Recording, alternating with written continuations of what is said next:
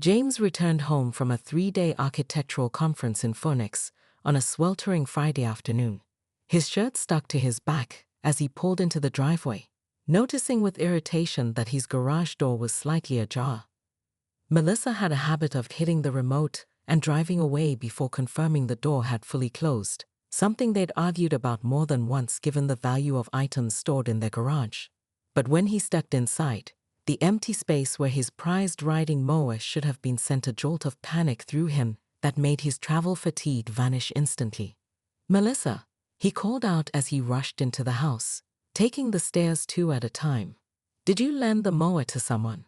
His wife looked up from her laptop with confusion, removing her earbuds. "I'm on a work call, but no. Why would I? You don't even let me drive it." After a hasty apology and a thorough search of the garage, James found something odd. The security camera above the garage door had been carefully repositioned to face the wall. This wasn't a random theft, it was calculated. Officer Ramirez arrived 20 minutes later, a veteran cop with tired eyes who'd seen it all.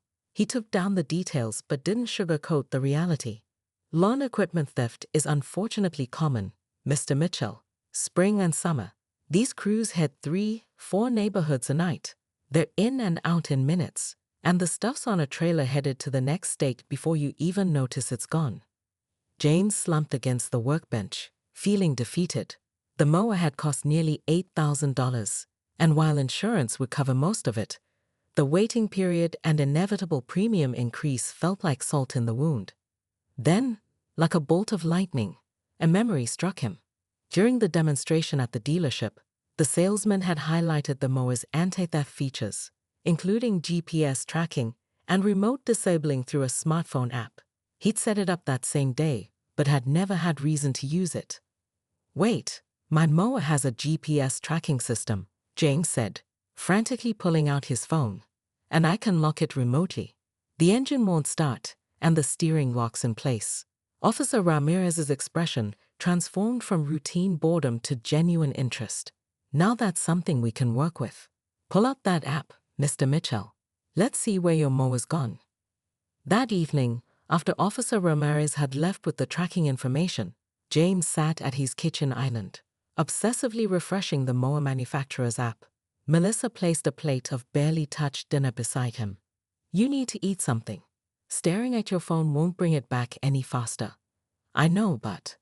James stopped mid-sentence as the app refreshed and a small blinking dot suddenly appeared on the map. "It's online. The GPS is working." Melissa leaned over his shoulder, squinting at the screen. "Where is it?" "Some chop shop across town." James zoomed in on the map, his jaw slowly dropping as the location became clear. The dot wasn't across town, or even outside the neighborhood. It was just 3 doors down, in Patricia Wilkins' backyard. "You've got to be kidding me," he whispered, showing Melissa the screen. "HOA Karen stole our mower." Melissa's eyes widened. "Are you absolutely sure? That's a serious accusation, James. Could it be a glitch? Maybe the GPS is off by a few houses?" James scrolled through the app's history, which had been logging location data at every few hours when the mower's systems performed automatic diagnostics.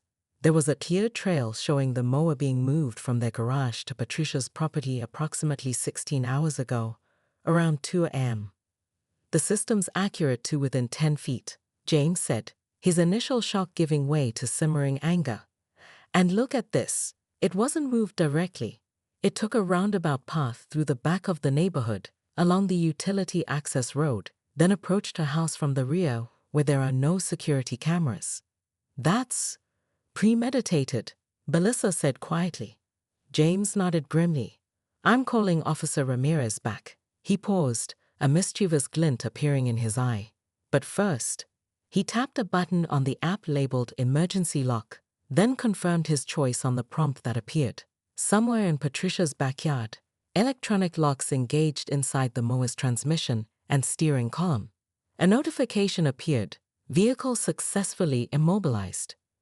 For the first time since discovering the theft, James smiled. Let's see how HOA Karen explains why she can't get her new riding mower to start. James Mitchell had always taken pride in his lawn. But what had started as a simple hobby had evolved into an unspoken competition in Oak Ridge Estates. His corner lot stood out with its precisely edged borders and perfect stripes of deep green Kentucky bluegrass, the result of a proprietary fertilizer mix he developed through years of trial and error. The crown jewel of his lawn maintenance arsenal was his brand new riding mower, a limited edition Toro Time Cutter Smart Steer with touchscreen controls, GPS tracking, and remote locking capabilities that James had splurged on after landing a major client at his architectural firm. It's practically driving itself, James had boasted at the last neighborhood barbecue, drawing a crowd of admiring neighbors who took turns sitting in the ergonomic leather seat. Everyone except Patricia Wilkins, who watched from across the street with narrowed eyes and a plastic smile that never reached them. Patricia, known throughout the neighborhood as HOA Karen, had bulldozed her way into the HOA presidency through a combination of fear tactics and procedural loopholes. Her campaign had promised to restore property values through strict enforcement, which translated to a reign of terror involving tape measures, color swatches, and an army of clipboard-wielding compliance volunteers.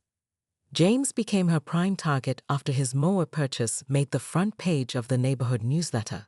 First came the notices: a garbage bin left out 12 hours too long, $50 fine; holiday decorations that exceeded the permitted timeframe by 1 day, $75 fine; and most recently, grass that had allegedly grown a quarter-inch beyond regulation height, documented with close-up photographs and a ruler in the frame, $100 fine. "This is getting ridiculous," James muttered to his wife Melissa one evening after finding another notice taped to their front door alongside a grainy night vision photograph of their porch light, which apparently emitted luminosity inconsistent with community standards. "She's targeting us specifically. The Johnsons' lawn looks like a filming location for a post-apocalyptic movie, but somehow that's fine." "That's because Todd Johnson is her cousin," Melissa reminded him, rolling her eyes. "Maybe we should just pay the fines and keep our heads down until the next election." James shook his head, gazing out the window at his immaculate lawn. "No way. That's exactly what she wants, to break our spirit. This lawn is my sanctuary, and I won't let her ruin it." Little did James know that Patricia had been lying awake at night, seething with jealousy over his precision-cut grass and futuristic mower. In her mind, as HOA president, she deserved to have the showcase lawn of Oak Ridge Estates, not some upstart architect with a fancy machine. And what Patricia Wilkins wanted, Patricia Wilkins usually found a way to get. What followed was 2 hours of cathartic community unburdening, as resident after resident came forward with stories of Patricia's petty tyranny, arbitrary fines, selective enforcement, and increasingly bizarre regulations, including one recently proposed rule that would have required all lawn maintenance equipment to be approved by the board before use. "She was building up to confiscating your mower legally," Melissa whispered to James as this revelation emerged. The theft was Plan B. When the time came to nominate a new president, Mr. Thompson, a retired judge, stood up. "I nominate James Mitchell," he announced. "Not just because he's the hero of the hour, but because anyone who puts that much care into their lawn without trying to control their neighbors is exactly the kind of person we need." To James's surprise, the nomination was met with enthusiastic agreement. Before he knew what was happening, he had been elected by a nearly unanimous vote. "I didn't plan for this," he whispered to Melissa as he made his way to the front of the room. "The best leaders usually don't," she replied with a smile. 6 weeks later, Oak Ridge Estates had transformed. The punitive fine system had been replaced with a community-based approach to maintenance issues. The monthly newsletter, once filled with violation notices, now featured gardening tips and profiles of interesting yards, not just the most manicured ones, but also wildflower meadows, vegetable gardens, and drought-resistant landscapes. James was mowing his lawn one Saturday morning when he noticed a familiar figure walking down the sidewalk, Patricia Wilkins, who had completed her community service and mandatory counseling as part of her plea deal. The neighbors still avoided her, but James had made it clear that ostracism wasn't the Oak Ridge way. She paused at the edge of his lawn, looking uncomfortable but determined. Nice patterns, she said stiffly, gesturing to the diagonal stripes James had cut into his grass.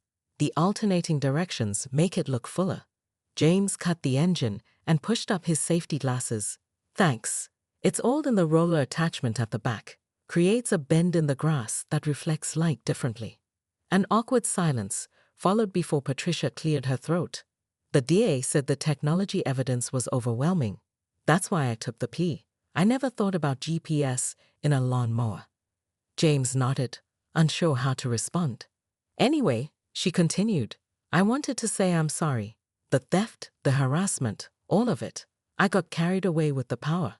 Apology accepted, James said simply. As Patricia walked away, James's phone buzzed with a notification from the HOA group chat. Residents coordinating a community cleanup day, followed by a barbecue. He smiled as he started the mower again, appreciating how technology hadn't just recovered his stolen property. It had ultimately helped recover his neighborhood spirit too. The GPS tracker still activated whenever he mowed, but these days the only person monitoring it was Melissa, using it to know when he'd be finished so dinner would be ready at just the right time. Asterisk asterisk. The end asterisk asterisk. Dawn broke over Oak Ridge Estates with unusual activity. James, who had barely slept, watched from his upstairs window as Officer Ramirez's patrol car pulled up in front of Patricia's colonial-style home, followed by a detective's unmarked vehicle. Melissa appeared beside him, handing him a cup of coffee. The officer said to stay here, she reminded him gently. I know, James replied, taking a sip. But I can't just sit around waiting. When his phone rang 10 minutes later, James answered on the first ring. Officer Ramirez's voice came through. Mr. Mitchell, we've located your mower. If you could come over to verify it's yours, that would be helpful. James was out the door before Melissa could stop him. The scene at Patricia's house was more dramatic than he'd anticipated. A small crowd of neighbors had gathered at the edge of the property, held back by yellow police tape. Patricia stood in her backyard in a monogrammed bathrobe and slippers, gesticulating wildly as she spoke to the detective. Next to her, partially covered by a tarp that had been pulled aside, sat James's riding mower. As James approached, he caught fragments of Patricia's increasingly desperate explanation.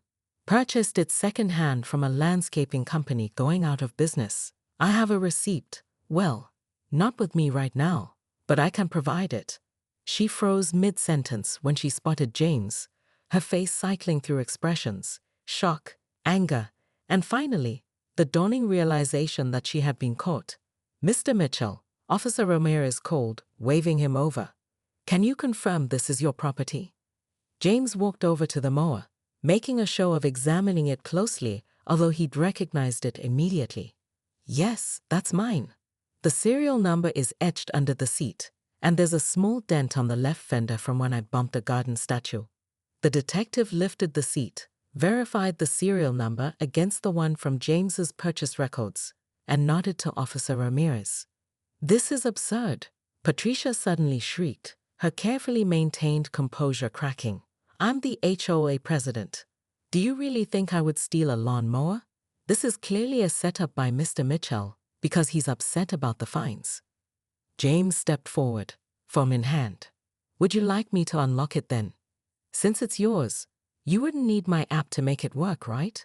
Or should we review the GPS data showing exactly when it was removed from my garage and the route it took to get here?